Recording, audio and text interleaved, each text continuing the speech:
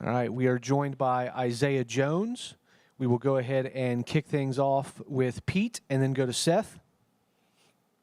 Hey, Isaiah. I'm working on a story. IU has had a lot of success with the next man up, that there have been injuries to defensive line, linebacker, wide receiver, running back, even kicker, and it hasn't affected the performance of the team. What, why is that? Is it coaching, players? How is that possible? Yeah, I think that's just the mentality of the team, and it starts with Coach Sig. There's a standard in every room and as a team, and if one guy goes down, there should be no let off and no difference in the guy that steps in, and that's what makes the team special. Is I know in the linebacker room or the D line room and on the defense, entirely, if one guy goes down, it's the next man up, and the standard we have on the defense and on the team is there should be no let up, and you should be able to step in and fill that guy's shoes. And be able to, do the same things, make the same plays he is. All right, we'll go to Seth and then Joe Cronin. Yeah, Isaiah, people often say that, talk about how hard it is to beat a team twice in 1 year. For you, just why is it so difficult to beat a team twice in 1 year? And when you look at Oregon specifically, what do you see different in them than what you saw, both on tape and, in reality the last time you guys played each other? Yeah, the thing is, what makes teams great is, you get better each week, and that's obviously what Oregon's done. That's what we've done. So, for them, they're an entirely new team. They're playing fast. For them, they're using some of their athletes, their tight ends, their running backs. They have a receiver that's really coming on this year right now. And then Dante Moore, he's a great quarterback, great player. So he's playing excellent right now offensively. And so they're starting to, get their athletes and get their playmakers the ball in space. And then, their O-line's, one of the best we played. So they're obviously, doing well, picking up pressures and running the ball. And, the same thing we pride ourselves on. When you can run the ball and then stop the run, you're setting yourself up for success.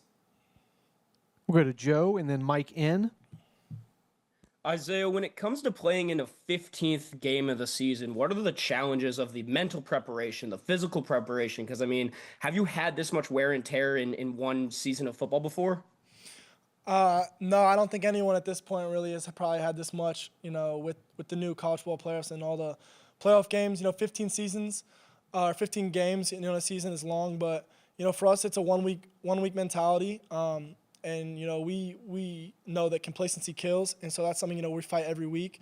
I know every team probably fights that across America, but this deep in the season, when you're so close to something, for us it's almost like you have a new hunger inside your stomach, and it's a 1 week season and you don't want to go home. Everyone wants to fight tooth and nail for one more game. And so with the veterans on this team, I know it's a reality that if you don't go out there prepared, this could be your last game, forever. And so that lights a fire in our stomach, and that's what, what keeps us hungry and ready each week. We'll go Mike N and then Adam Rittenberg. Yeah, Isaiah, you faced obviously Ohio State, Alabama, Oregon in the regular season, and very star-laden lineups. And you mentioned kind of the athletes, but what does Oregon maybe do better than those other two teams, or what's their strength kind of compared to them? Yeah, I think Oregon's O-line is pretty talented. Just with IDing blitzes, pass protection, and then running the ball. If you can run the ball, that opens up your play actions, that opens up your deep shots. That's when you can get in, your pass sets.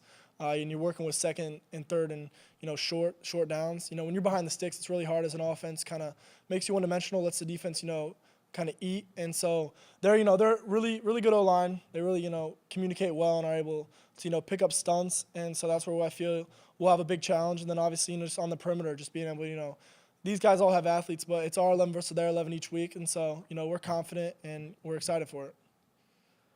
We'll go to Adam and then Zach B. Yeah, Isaiah, I'm just curious, as someone who was at Indiana before Coach Sig got there, what have you learned about how he evaluates players and who he brings into the program? Because he's obviously involved in all of those decisions, GM and coach. What's it been like from your perspective to see? Yeah, just Coach Sig's, player evaluation is special. Obviously, he doesn't always go after, the big shiny guys. He just wants guys that he knows can play. And if you can make plays, he wants you. And then the second part of that is, just a human being behind the pads. He's going to bring in guys that, mold well in the locker room, guys that are team players. And that's what's make this team so special is, just the camaraderie, we have in the locker room. That makes you want to play that much harder for those guys, offense or defense. It lets you kind of just, fuel off each other. And, when offense is, kicking butt and running the ball, the defense wants to go out there and get a 3 and out so they can get the ball back and go score. And it's the same way for the offense. And so just having, those types of players, in the locker room it makes a special team. We'll go Zach B. and then Daniel. Isaiah, when the national perspective kind of shifts like it has done over the last couple of weeks on this team, does that kind of change the chip on your guys' shoulder at all? No, I don't think the chip's ever changed all season from last season. The guys that came, whether you're ranked 1 or you're unranked, you're always chasing perfection. You're always, you're chasing that perfect game, as a defense. And for us, that chip will always be there. I know a lot of these guys have chips before they were at Indiana, so do I. So, having that chip is what's got us here, and I don't think it's ever going to go away. We'll go to Daniel and then Mike S.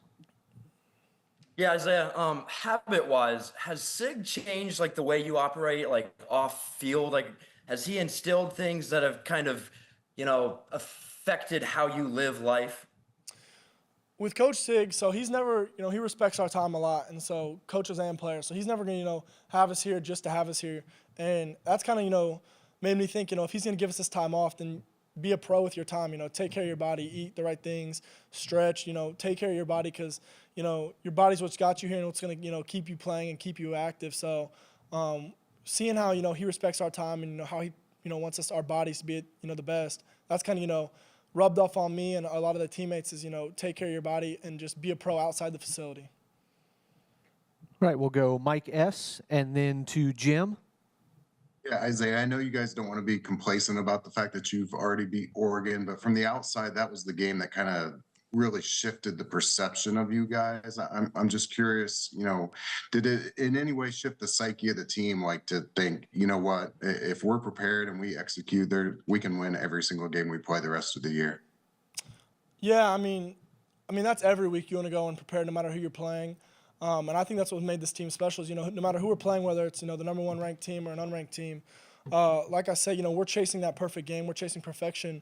And no matter who we play, if we're chasing perfection and we go out there and do our 111th, we can play with anybody in the country. And I think that just the last game at Oregon showed that. And then just the games from then on, it's just us out there chasing perfection, doing your 111th, flying to the ball, fast, physical. And for us, that's the makeup of our team. That's the makeup of our defense. We'll go Jim and then to Dan. Isaiah, you guys went like 25 days, whatever it actually was, without playing a game, and now you're going to potentially play 3 top-level games in a span of 19 days. Which do you guys prefer? Which do you prefer? And has your teammates, if you've talked about that, do you think would be better? Yeah, I had heard, about the teams with the bye, the curse, and all that. No one really pays attention to that. For us, I think we were all getting pretty antsy with that 25-day break. We were all kind of itching to get back out there. And, what makes this team special is we have a lot of guys that just love football. And so I think if you gave us a game every single day, these guys would go out there ready to play, fired up, and, you wouldn't get tired of it. So, this team's excited. This team loves playing together and loves, playing for each other. And, the 25-day break was long. It was a lot of, time that we felt like we were just sitting around, waiting to play, see who we were going to play. So for us, we're excited. It's one game at a time. It's a 1-week season right now. And so right now all we have on our minds is Oregon, and we're excited to go out there and play. We'll go to Dan, and then we'll wrap up with Lou. Isaiah, when you look at Coach Sig and just what he brings to the table, how he leads and what he chooses to do, just the way he goes about and how he is as a coach. Is there anybody that you've had as a coach growing up that can kind of parallel that, or has he been totally unique in the way that he approaches the game and how he approaches the team? Yeah, I think, Coach Sig's one of a kind, and obviously, it stems from maybe where he's been before with, Coach Saban, but I wouldn't know about that. I just know Coach Sig is a one of a kind I've been around. Just the way he handles business, the way he handles, the team, and, takes that leadership role and owns that.